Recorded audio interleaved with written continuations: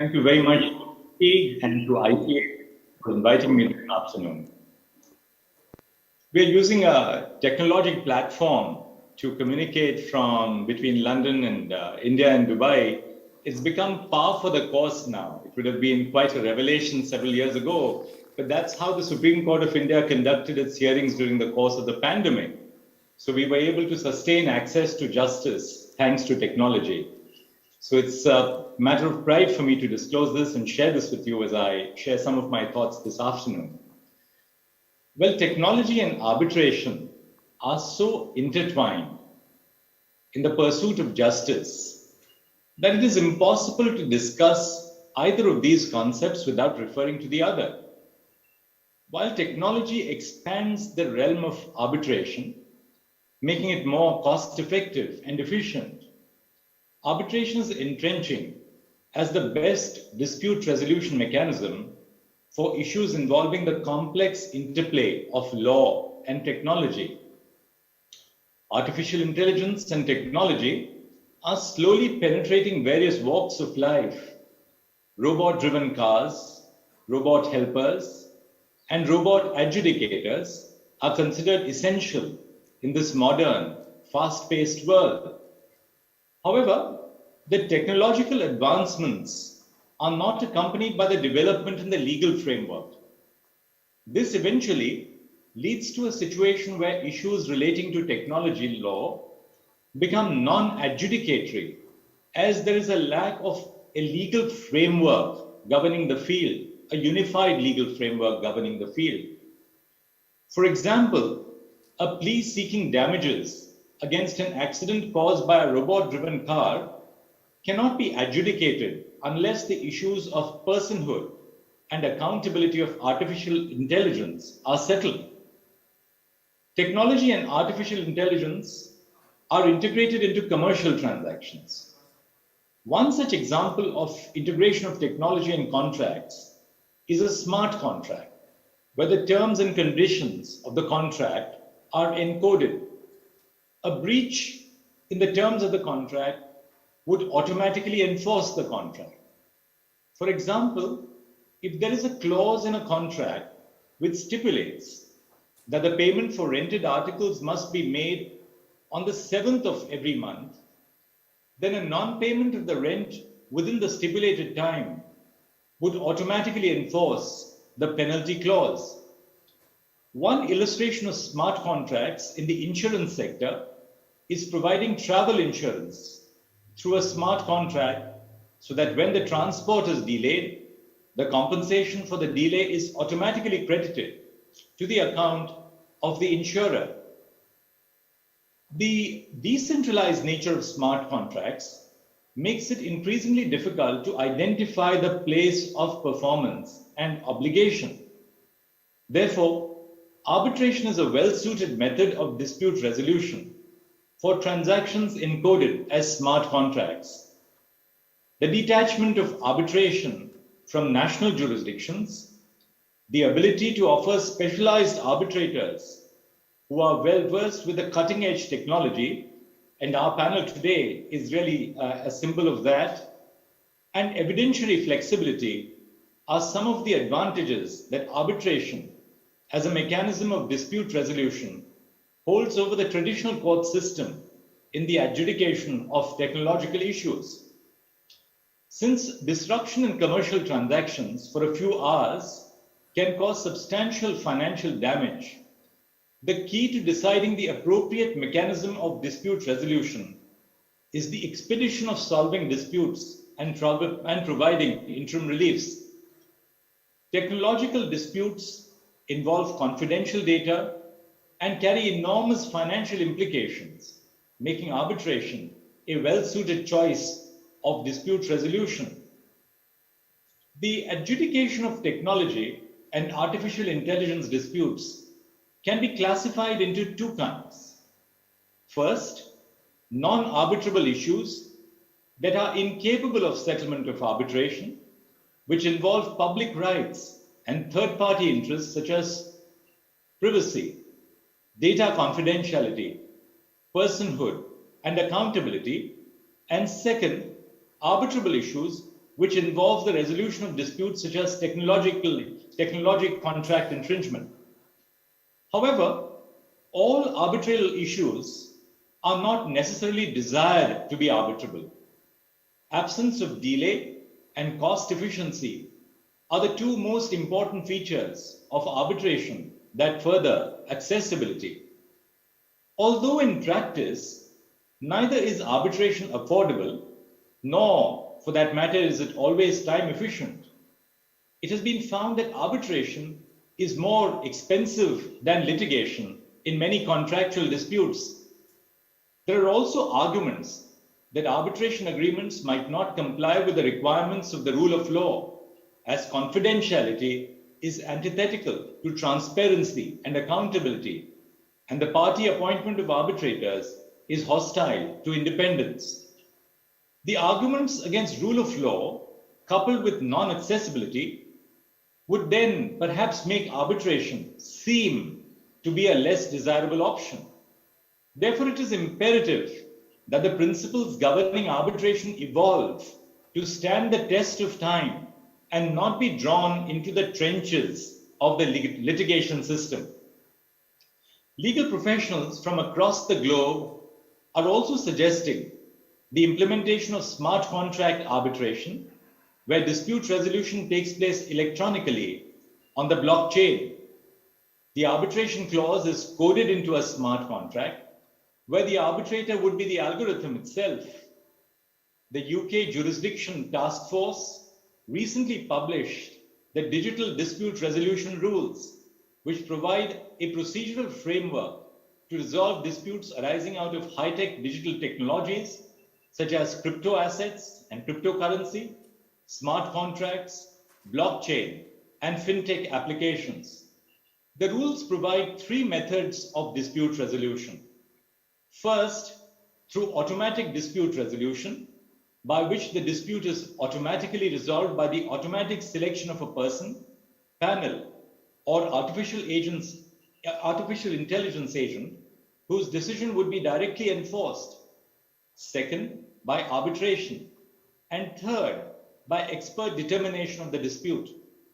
Unlike the traditional arbitration setup, where the parties choose the members constituting the arbitration tribunal, in automatic dispute resolution, the arbitrators are appointed based on preferences of the number, identity, and qualifications indicated by the parties.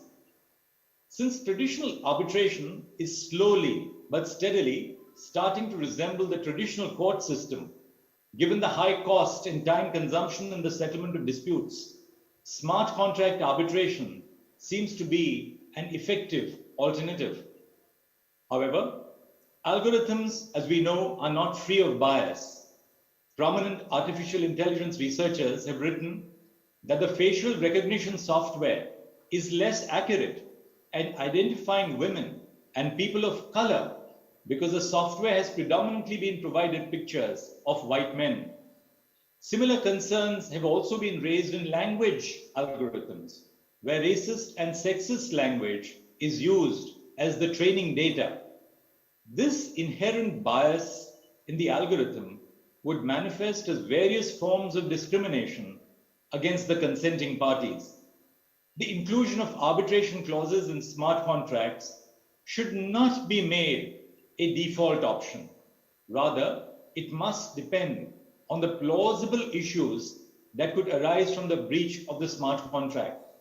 For example, in accident cases, algorithms can be used to compute the compensation that is to be paid by the employer under the formula provided in the Workmen's Compensation Act of 1923 in India. However, the role of the judge in determining if the accident occurred out of or in the course of employment cannot be substituted with artificial intelligence. As Heraclitus, a Greek philosopher, said, "Change is the only constant in life." Technology is transforming the practice of law at an incredible rate.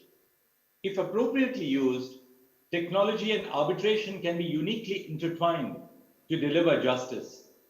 Arbitration specialists must utilize the new technological advancements to supplement the efforts of the justice system to reduce dependency, also providing their clients with a confidential and efficient system of adjudication. Thank you, Justice Chandrachud, for that fine introduction, and thank you, the organizers, FICCI and ICA, for giving me this opportunity to speak here. I am the odd man out. I am not from the legal fraternity. I am here to give a perspective of where the technology trends are happening. Today, we are living in an era of disruption and innovation. Everything that we see around us is changing. The way we drive our cars, smart devices coming into our homes, everything that we saw was dumb today is becoming intelligent, is getting connected onto the internet.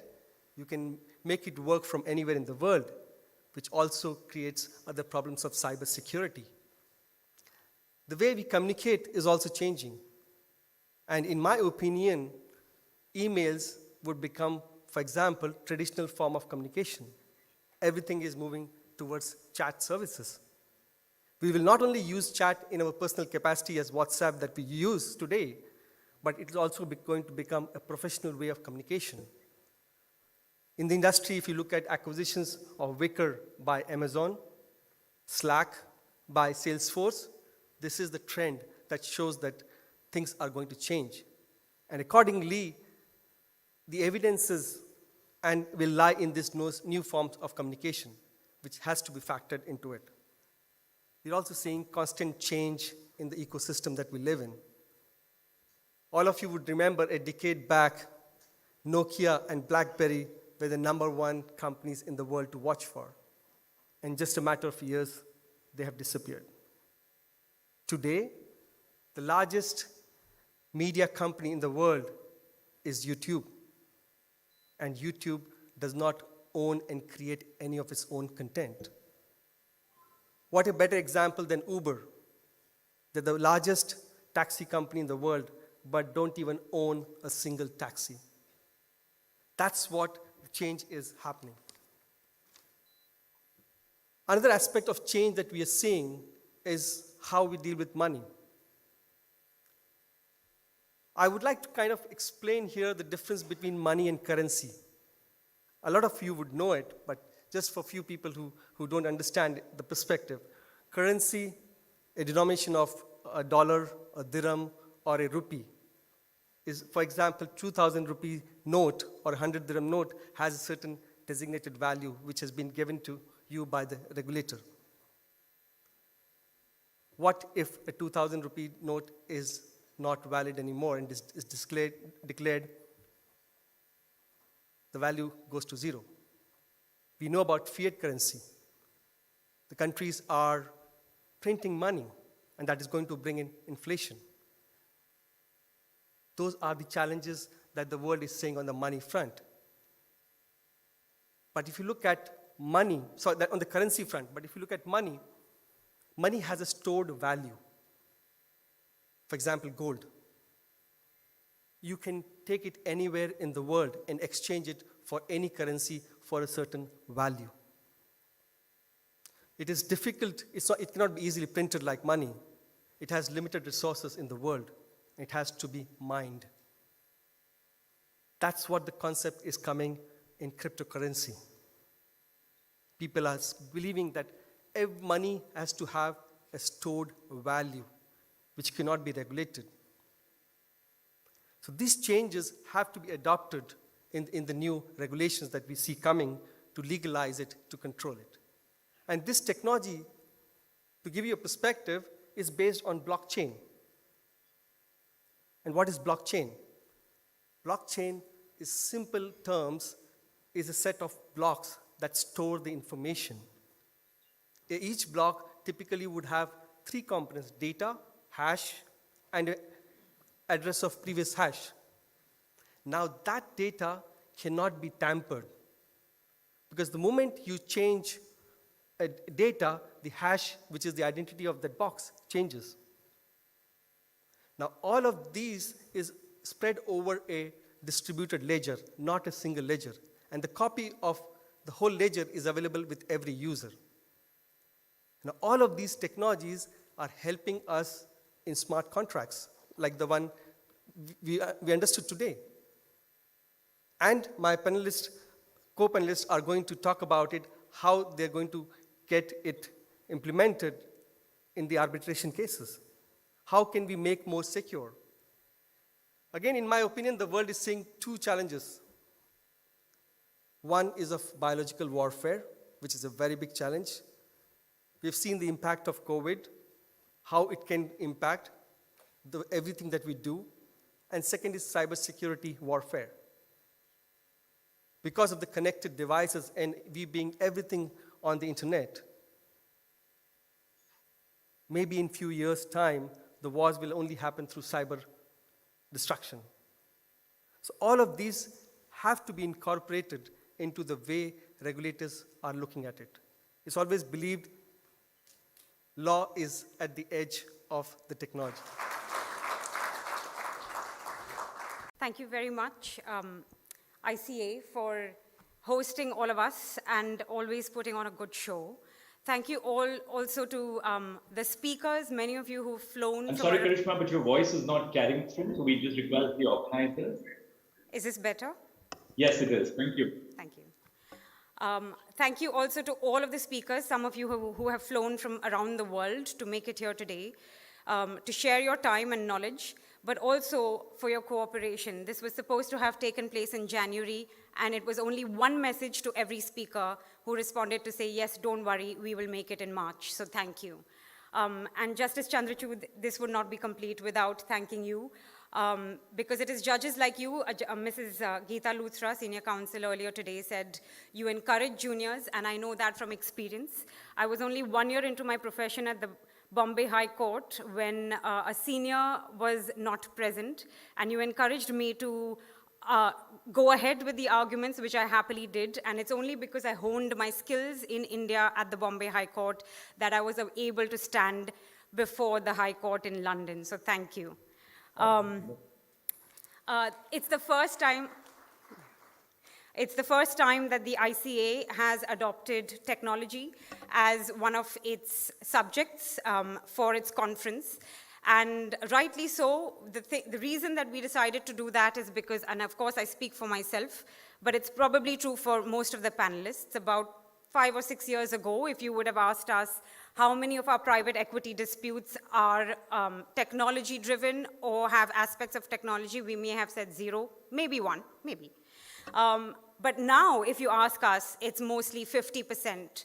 So a lot of the underlying investments in private equity are in technology companies, or there is a major element of technology in the arbitration. So we're here today. Dubai is also emerging as one of the crypto capitals of the world. A lot of founders of crypto exchanges from around the world are making their way to Dubai. I mean, it's become such that one can go to a bar in Dubai and the person sitting next to you at the bar stool will be the founder of a crypto exchange. So it's good to be here. And before I proceed to the two topics that I will cover, crypto fraud and ERP disputes, it would be useful to explain how AI is already being used in mediation and arbitration. An Australian court, a family court, has replaced one of its mediators as an AI machine. Some of you may know that in divorces around the world, it's quite common to have compulsory mediation. And this particular Australian court has developed a system by which the husband and wife, or the parties getting divorced, make their submissions to this AI software. And statistically, they have mapped that this AI software produces the same result up to 90% as a judge of the family court. And this has encouraged settlements without the involvement of court time, because parties believe that if the AI matches the judicial decision about 90%, then let's save our costs and settle on the basis of whatever that AI software has said. So this is successful mediation using AI. An example of arbitration is something that maybe everybody in this room would be aware about, eBay. eBay is a company where you can buy or sell anything. For example, this lectern It's become too old. I want to get a new one. I work for the Oberoi. I put it up on eBay so that someone else can make better use of it. Someone comes and buys it. So on a daily basis, what do you think happens? There are lots of disputes between these buyers and sellers, and they're really small value, maybe $10, maybe $30 or something like that. So how does one devote the kind of resources that are needed to resolve disputes of such small value? So eBay has developed successfully an AI arbitrator that resolves these disputes, and that AI arbitrator has resolved about tens of thousands of these disputes. There is no reason why we cannot implement that, for example, within small claims disputes around the world, in particular within a jurisdiction such as India, where there's a significant backlog of cases. Perhaps AI could be replaced, at least for small value claims. Moving swiftly on to crypto fraud. It is a hot topic. It is something that Lydia touched upon as well. I will focus, therefore, only on the interim measures of crypto fraud, which is basically, if you are defrauded, if you've had crypto, what do you do? It also ties in with other kinds of fraud, such as email compromise fraud. For example, let's say you are a seller in Vietnam who's selling something to a company in China, and payments are coming in regularly, but one letter from the email has been changed, and you can't really tell. Let's say an I has been changed to an L, and that by way of that, the fraudster communicates and says, oh, we're having some issues, our bank account details have changed, don't pay this bank account anymore, pay it to this other bank account.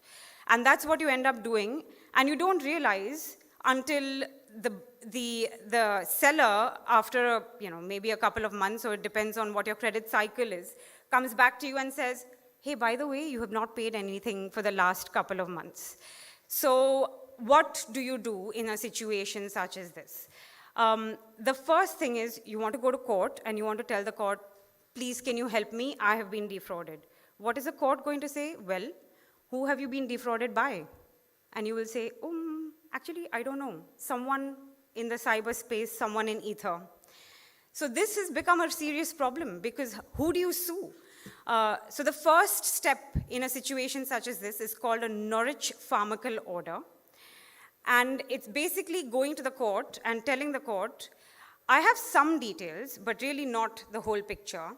So can you help me find the identity of those who have defrauded me? In the case of a crypto fraud, for example, you can go to the crypto exchange, or you can have the court order that the crypto exchange, or even an internet service provider such as Etisalat or Airtel or Sky, reveal their KYC data and whatever other name, address, and contact details that they have for the fraudsters. So when you make this application to court, now what is the difficulty with court? It's not a difficulty, it was originally an advantage, that a court is always open. Justice is in the open. So anybody, any member who's sitting in this room can walk into any courtroom and view any proceeding, because justice must be done in the open. Now, if this happens, what is going to happen? The fraudster is also going to find out, they're trying to actually pursue me. So what is the fraudster going to do? At the click of a button, just transfer all of the crypto, siphon it away. So one has to think very carefully and obtain interim confidentiality orders and gagging orders to make sure that the court proceedings are behind closed doors or taking place in private. All of this takes time, and this also means that you're giving more time to the fraudsters to siphon away the crypto or whatever it is that they have taken away from you. Now, this problem doesn't actually arise in arbitration, because an arbitration is confidential by its nature. It is always behind closed doors, and that makes it a great advantage when you're dealing with a situation such as this. The second aspect of this is, once you find out the identities of these fraudsters from, let's say, crypto exchanges, etc., and you want to serve them, what do you do? The difficulty, once again, with crypto is that a fraudster might be in one person in the Marshall Islands, another person sitting somewhere else, let's say in Bali or somewhere, and defrauding you sitting on the beach or something like that. How are you going to be able to get to them? Again, with courts, they're very nation-specific. Courts, for example, the DIFC courts have a jurisdiction that is limited to the DIFC. The onshore Dubai courts are limited to the onshore jurisdiction. Indian courts are limited to India, and so on. So if I were before a court of England, it would say, well, Ms. Vora, you're here, all of that is fine, but why should I, or rather, what power do I have to adjudicate on something that someone in a foreign jurisdiction has done? So the answer to that has been explained in one of the white papers that has been published by the UK, which says that if the crypto has been purchased by someone within this jurisdiction, within the United Kingdom, then the situs or the location of that crypto is deemed to be within the UK, which is the best that we can do, because really crypto can be anywhere. It doesn't necessarily have to be within one particular jurisdiction. So making a submission on that basis, I might get permission and I might be able to pursue the court in London to say, please allow me to now serve these proceedings to someone who's sitting outside of England and Wales. Again, in the context of an arbitration, that doesn't happen. An arbitrator can be, for example, a Brazilian arbitrator can be arbitrating a dispute between, let's say, another Latin American country and the United States.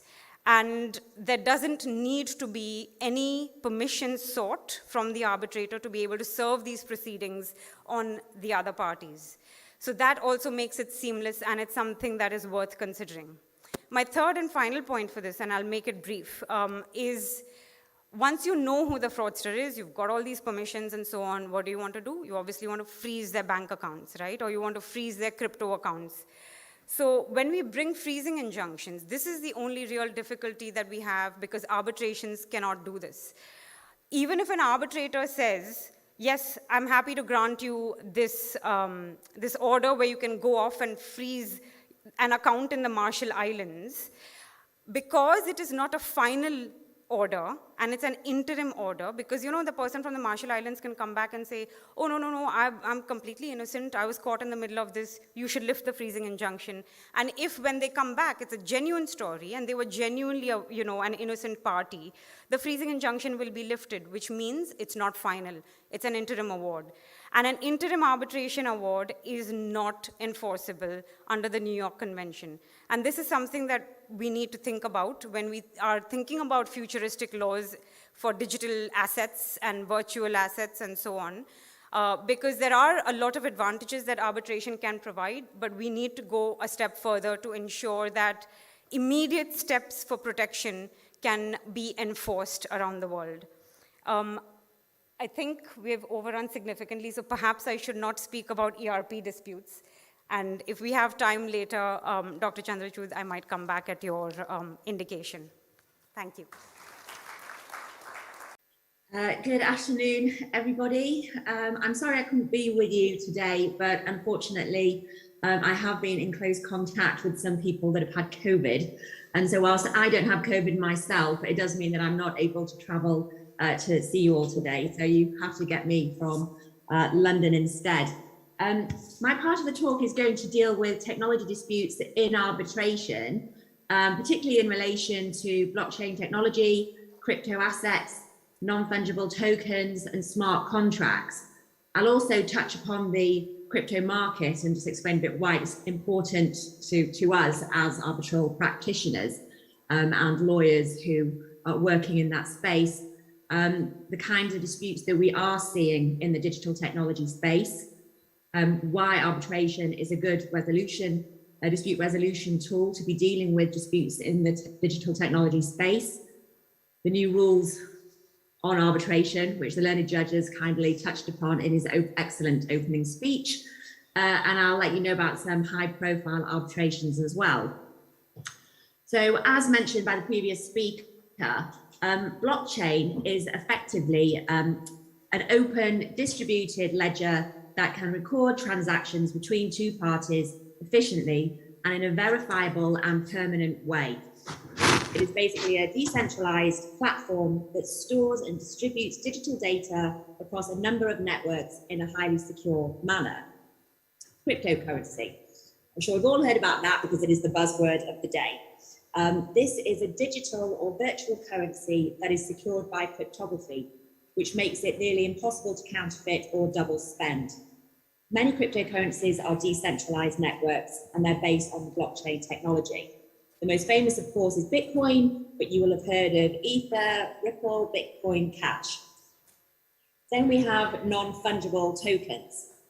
This is a unit of data, again, stored on the blockchain, and that certifies that a digital asset is unique. So unlike cryptocurrencies, which can be exchanged like for like, NFTs are not interchangeable, and they can be used to identify a unique asset, whether in the real or digital world. An NFT cannot be changed or amended. It is what it is on the blockchain. The learned judge has mentioned smart contracts and how they can be used all over the world in insurance. We're seeing them dealing mainly in the art world, also in real estate, and they come with embedded smart contracts in themselves. When you're dealing with cryptocurrencies, you tend to work with exchanges. They function similarly to online brokerage platforms, and they provide customers with the tools to buy and sell digital currencies. NFTs, you have auction houses or conduits that provide peer-to-peer exchanges or peer-to-peer purchases of those NFTs, and those exchanges charge fees for their services, obviously. Now, a key aspect when working with the blockchain, cryptocurrencies, NFTs, is the anonymity or the pseudo-anonymity it brings. Users use a digital or blockchain wallet to manage and hold their cryptocurrencies. Wallets are tied to one or more specific keys or addresses. You'll have a private key, which the user has to themselves, and you'll have the public address for the blockchain, which everybody can see. And these are the identifiers of the asset, rather than the names or the identities of the person that holds that particular crypto assets. Digital wallets can be held on-chain, so they can be held on the blockchain in exchanges, or they can be held off-chain, so with a digital pen, but more like a USB, and that's a more secure way of holding your crypto asset. I say secure, you obviously don't want to lose it, because when you do lose it, it's gone forever. You can't put it back on the chain. So why is digital technology in the crypto market so important? So according to data from CoinMarketCap, there are different types of cryptocurrencies that exist in the world. It is a total market cap of $2.76 trillion, so that's higher than Apple's market cap. The crypto market is bigger than the 12 largest US banks combined. Adopters of crypto have been growing at an annual rate of 113%, and in conservative estimates, it's expected to have about 1 billion users by 2023 and 4 billion by 2030. So that's quite a big market. There's also a lot of money to be made. When I had my first Bitcoin case back in August 2017, Bitcoin was trading at around $2,500. I checked on Thursday, it's currently trading at $41,000 as of that date, and it's been as high as $58,000. More importantly, 52% of institutional investors own crypto assets, according to Fidelity's 2021 digital asset study, and the number of the top companies are launching projects in the digital asset space. So there's a lot of money to be made in this market, and obviously where there's a lot of money, there's going to be some disputes. So what kind of disputes are we seeing? The digital technology is unfortunately ripe for fraud. We're seeing a lot of personal wallets or exchanges being open to hacks. So in 2020, there were 28 attacks on crypto exchanges, the largest of which resulted in $200 million worth of crypto being stolen from a Singapore-based crypto exchange. The types of frauds that we are seeing are not new. They're confidence tricks, pump and dump schemes, as I say, the hacks, selling counterfeit NFTs. These are types of new frauds, but of course we don't have arbitration clauses with fraudsters. So I'm not going to be talking about how we deal with arbitration against those fraudsters. But where we do see arbitration clauses? Well, with the exchanges, the kind of claims that you're going to be seeing are similar to those you would get with online brokerage platforms. So breach of contract, failed trades, frozen accounts, security breaches, erroneous coding or software glitches, which is a result in trades not happening or parties suffering loss. And there's also going to be the potential for IP and ownership disputes, co-founder, co-investor disputes. And these latter type of disputes will take the form of your typical arbitration. So why is arbitration good for settling these kind of disputes? The crypto market is very dynamic. There is no unified governmental approach to the regulation of cryptocurrencies, NFTs, and to be honest, national lawmakers are struggling to keep up. Trading crypto assets is illegal in many countries, or in other places it's unregulated, which means that consumers, investors are not sufficiently protected, and they are at risk of losing a lot, if not all, of their money.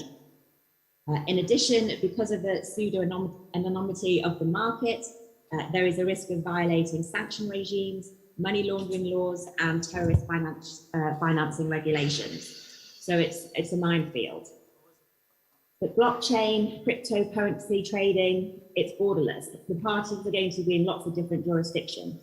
So it's not unreasonable to expect that investors would prefer a borderless and less traditional way of dispute resolution.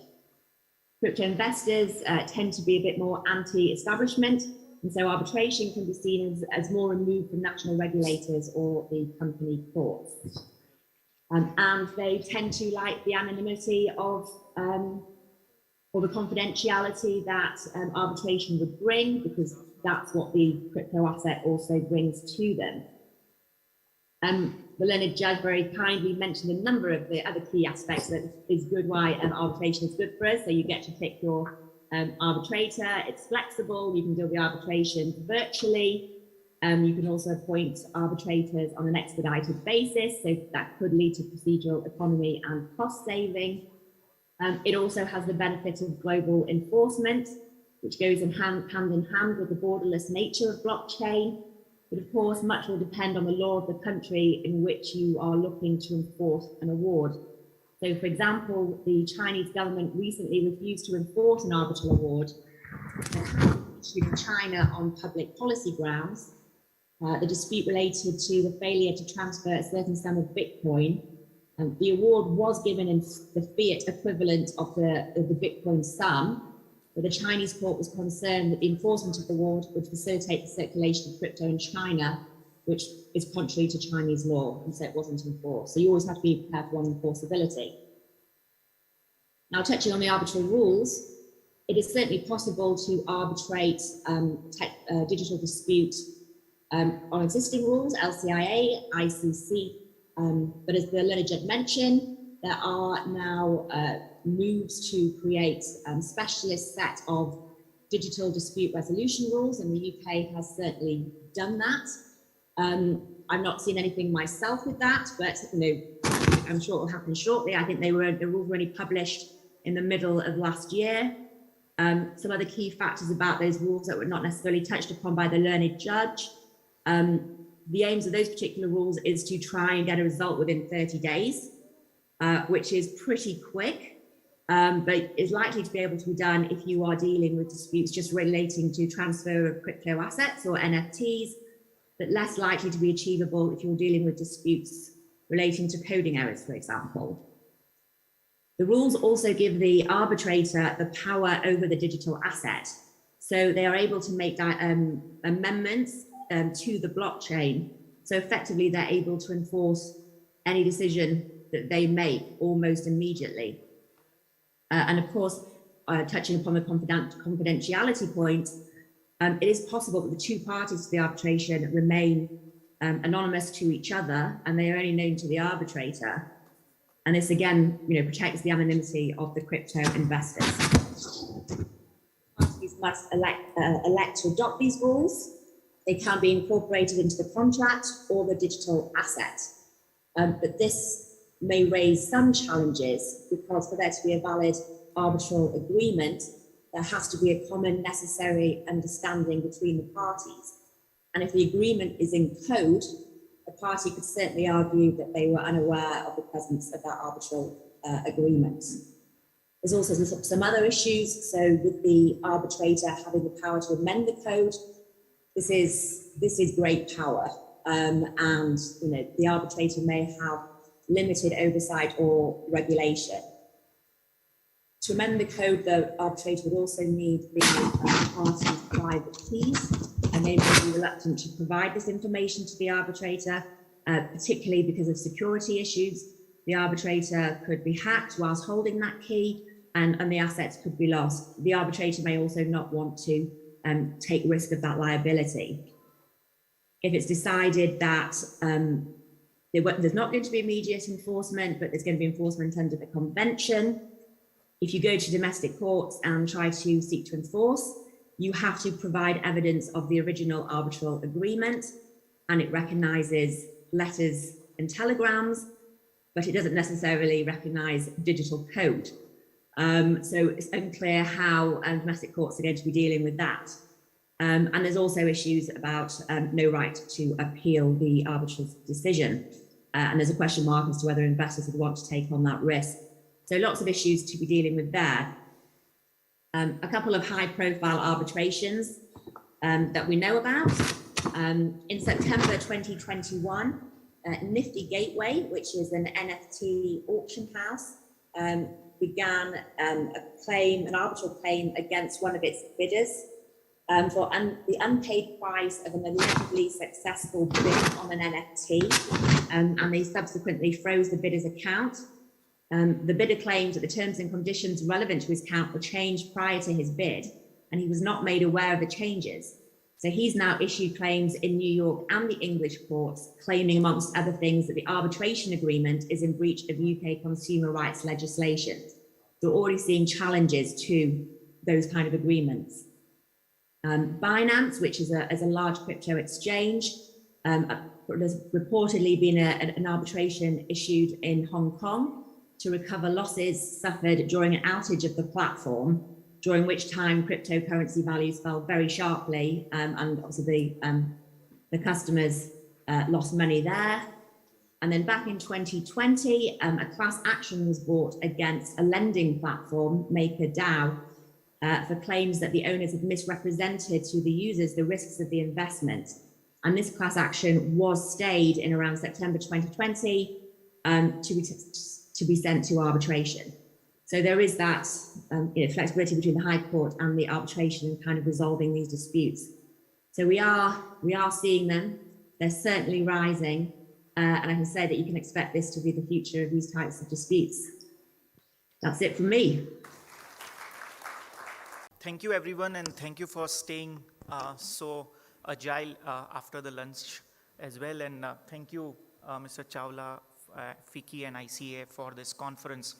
While I think Karishma remembers Justice Chandrachud as a judge, and that shows why she is a good counsel, I think my journey also possibly began because of Justice Chandrachud, but not as a judge, but as a counsel.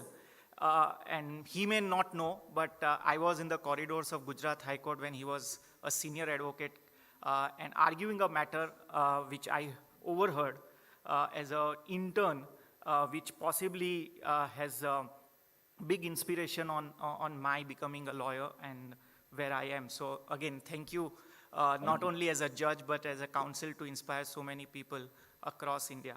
So I think while Justice Chandrachud did say that technology and arbitration, it's so easy to talk as if they are two coexisting phenomena. But I would say 15 years back, if you had Googled technology plus arbitration, possibly you may have found only a couple of pages or something, because I don't think people used to think that much the way we talk about technology and arbitration today. In those days, conference used to talk about what is seat, what is venue, how can you enforce awards, which are the good arbitrators, how can you avoid conflict of interest, and so on and so forth. I don't think technology ever came as a part of subject in arbitration conferences. But thanks to FICCI, ICA, and some of the organizers here to bring this topic.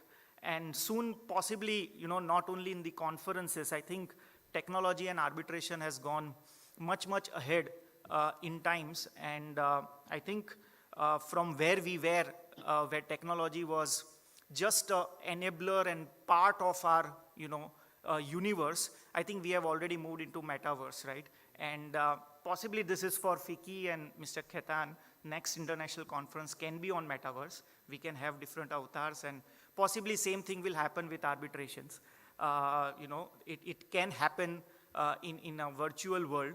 And in fact, one of my colleagues was recently quoted in a print media article where there were complaints filed for different avatars making a complaint that somebody was stalking and harassing in a metaverse situation, and how to deal with those complaints, whether they can be arbitrated, which courts would take into account, and so on and so forth. So I think the challenges which this technology is throwing up in dispute resolution is enormous, but I heard in the first 2 sessions that challenges also gives opportunities for lawyers like us to talk about newer things in conference and continue conferencing, and that's why we exist.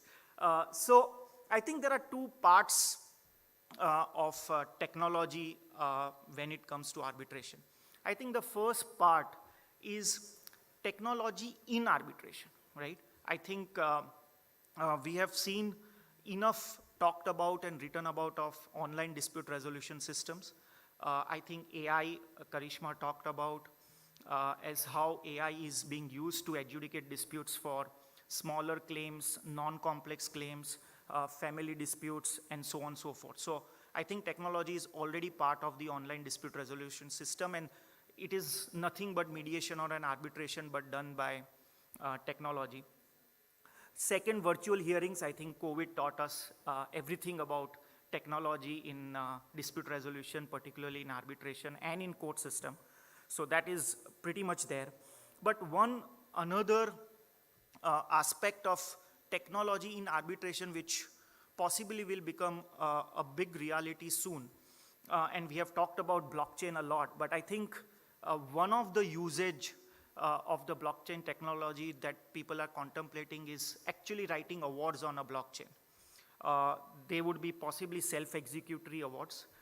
Then what happens to the New York Convention for execution and enforcement of awards, right? That would be the topic possibly for the next conference, because this award written on blockchain would be nothing but similar to a smart contract, where maybe certain tradable or traceable assets can be already granted as part of a self-executing award, and you may not require to go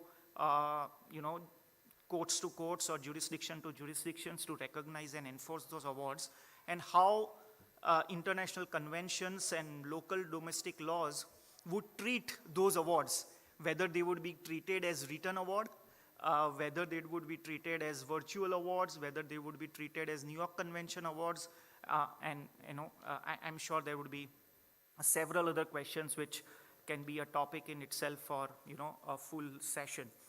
The other part of the blockchain awards written on blockchain would be also authenticity. I think today, if you really see what are the elements for recognition and enforcement of an international award, the first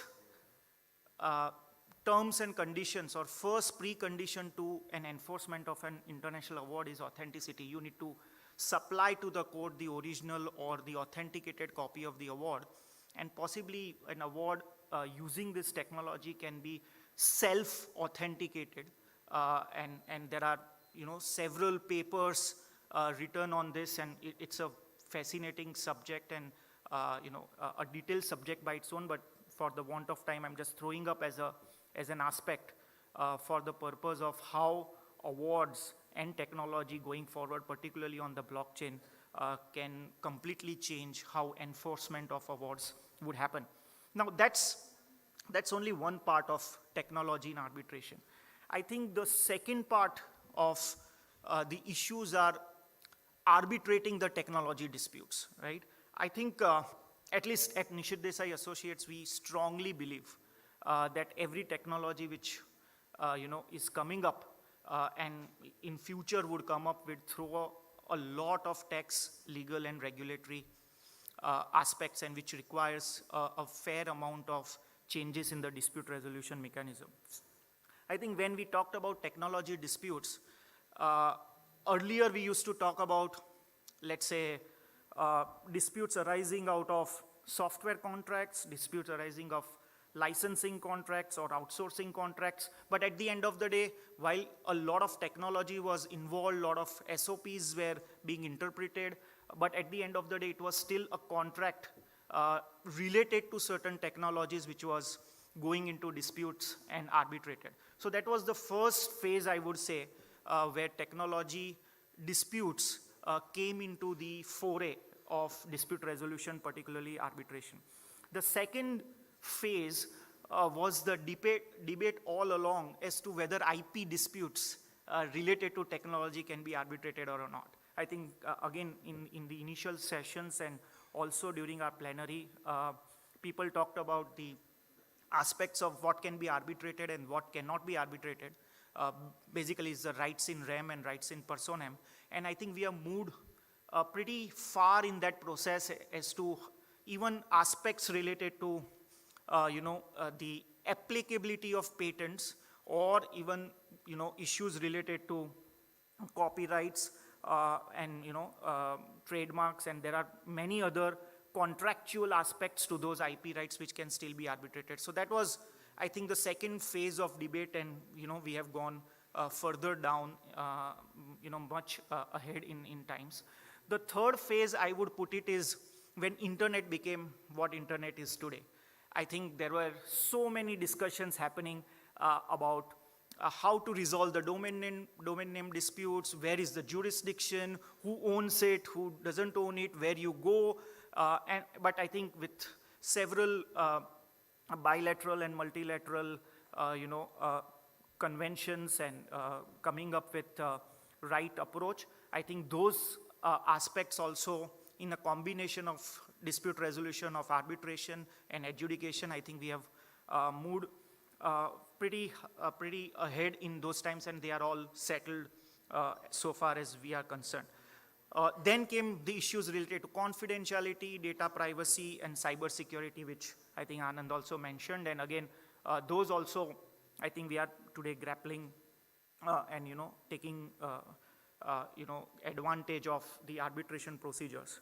I think this is the phase which is the most, in my view, today the phase that we are in is the most challenging phase, because the way the technology is intruding in everyday life, whether it is IoT-driven technology, whether it is AI, whether smart contracts, I think everybody talked about on our panel, and how self-executory those smart contracts are, how to bring in arbitration there. The whole technology on distributed ledger, which runs on several, authenticity brought in by distributed networks rather than a method where there is some centralization of the contract management. And of course, the flavor of the day, the crypto currency or the crypto or virtual assets. So today, what possibly in next 2 to 3 minutes, let me deal with what are the major issues which the smart contracts or virtual data or virtual digital assets and things which are related to the future technologies, let's say driverless cars. And Justice Chandrachud also mentioned that who would be the responsible party, right, when there is an accident. Same thing happens if there is a robotic surgery done from one jurisdiction to another, then where and who is responsible, and which courts or which arbitration can work for resolving those disputes.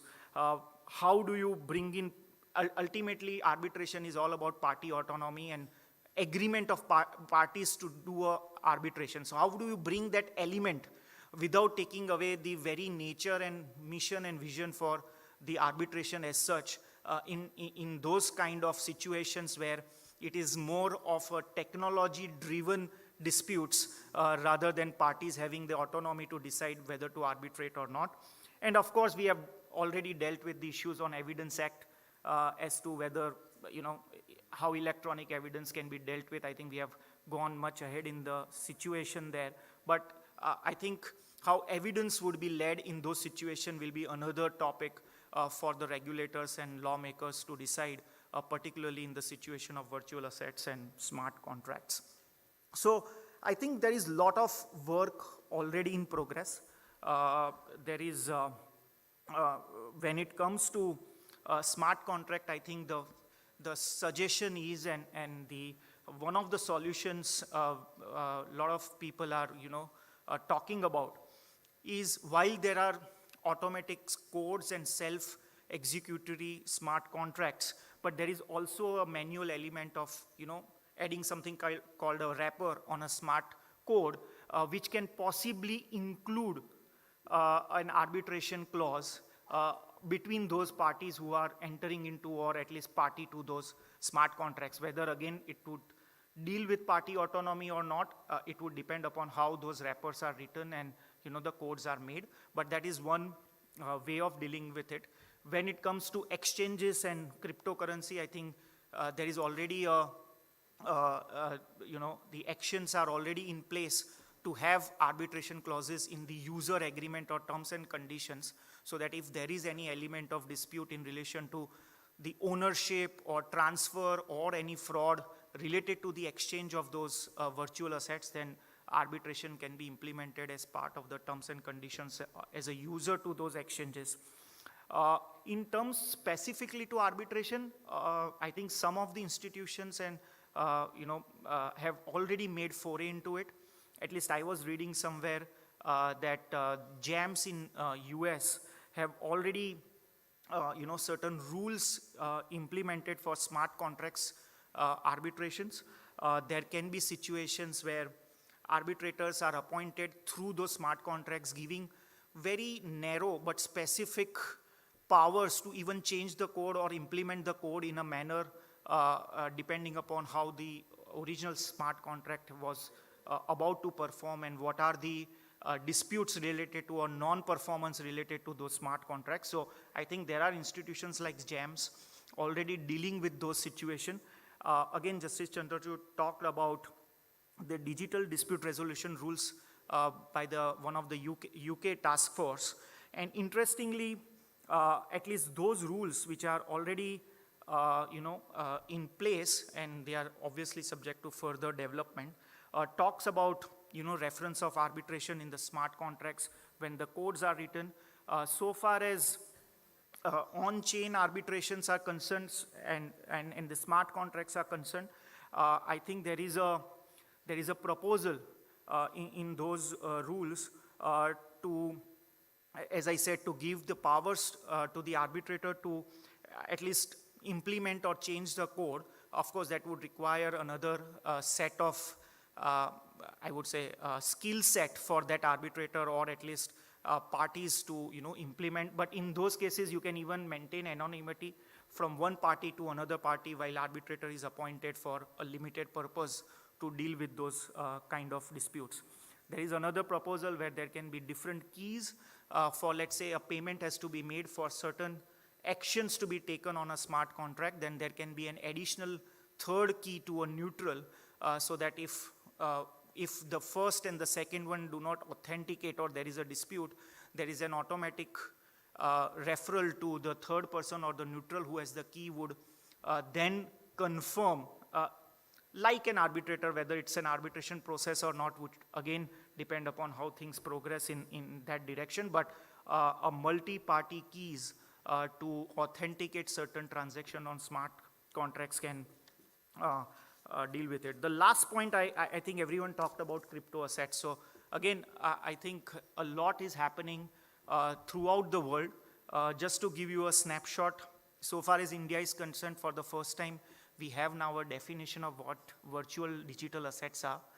We also have regulations to tax transactions in virtual digital assets. So in some form, it's coming into the regulations, but again, we don't know how those would get implemented. They are all happening as we speak. there was already recently an executive order specifically dealing with international cooperation on the crypto transaction by the US president, and that was even the Indian Prime Minister talked about. So we will see a lot of multilateral and bilateral agreements coming up to deal with those kind of assets and those kind of disputes in terms of smart contracts or the crypto or the virtual assets. I think Dubai is, I think Karishma mentioned, is possibly in the forefront of all of this. I think there is already a law in place in the Dubai region, except for the DIFC, where a common regulator is already proposed to deal with these issues, including the securities regulator has brought in rules for anti-money laundering and avoiding any terrorist financing. DIFC has also issued a consultation paper dealing with 3 kinds of crypto assets. One, they call it crypto tokens, which are more of medium of exchange. Second is the excluded tokens, which are based on the utility those token gives. And the third is the NFTs or the CBDCs, which I think Lydia also mentioned. So I think that, again, how those disputes can again be brought into the dispute resolution system is what we would be, as a group here and elsewhere would be, working on as to how this can also be, arbitrated. And EU is also in line with all of this, where they have already suggested a uniform legal, framework. The Economic and Monetary Committee has suggested that. But they also deal with the issues of consumer protection and sustainability as to how this kind of, digital contracts, particularly on the crypto or the virtual assets, can deal with the world economy, maintaining the sustainability around it. And that also, again, differentiates between the crypto assets and the the tokens or the stable coins as we understand. So I think a lot is happening.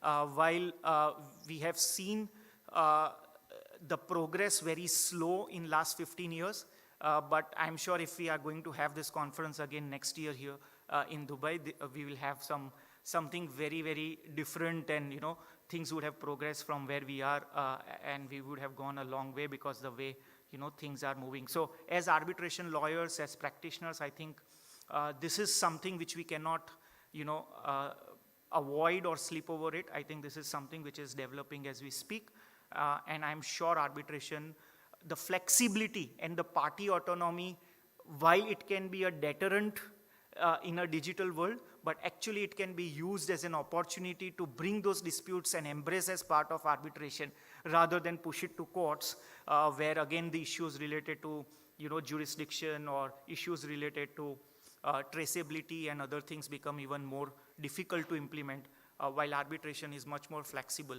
to include some of these aspects that I was talking about. So again, I don't want to go too far and too long, but thanks again for FICCI to give this opportunity, and I'm sure we'll be back again soon, possibly just talking about this the whole day. Thank you.